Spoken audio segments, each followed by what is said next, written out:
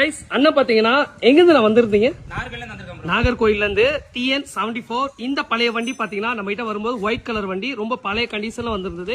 So customer request பேசிஸ்ல vintage ஸ்டைல்ல அல்ல பழைய காலத்து புல்லட் மாதிரி அட்டகாசமான ஒரு பீகாக் கிரீன் இன்ஜின் எல்லாம் குரோம் யூஸ்வலா பிளாக் பண்ணும் குரோம்ல கேட்டிருந்தாங்க. ஆனா ஓட்டி பார்த்தாச்சு. இப்ப நாகர்கோயில் எடுத்துட்டு போறீங்க, ஓட்டிட்டே போறீங்களா?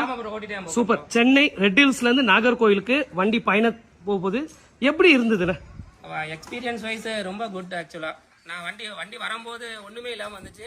ஆஃப்டர் ரெஸ்டரேஷனுக்கு அப்புறம் வண்டி பார்க்கறதுக்கு எனக்கே சொல்றதுக்கு வார்த்தை இல்லை, அந்த அளவுக்கு இருக்கு.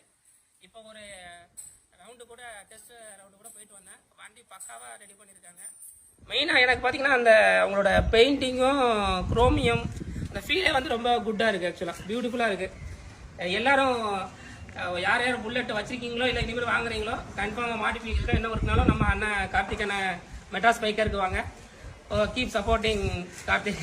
தேங்க்யூண்ணா, தேங்க்யூ சோ மச் அண்ணா. ஆனா ரொம்ப ஒரு அழகா, ஏன்னா பக்கத்துல கிடையாது, மார்த்தாண்டம் 700 கிலோமீட்டர் நாகர்கோவில்ல இருந்து இந்த வண்டி எடுத்துட்டு வந்துடுறீங்க. இப்போ ஏன்னா மக்களுக்கும் தெரியணும், ஏன்னா அவ்வளவு தூரத்துல இருந்து வருது.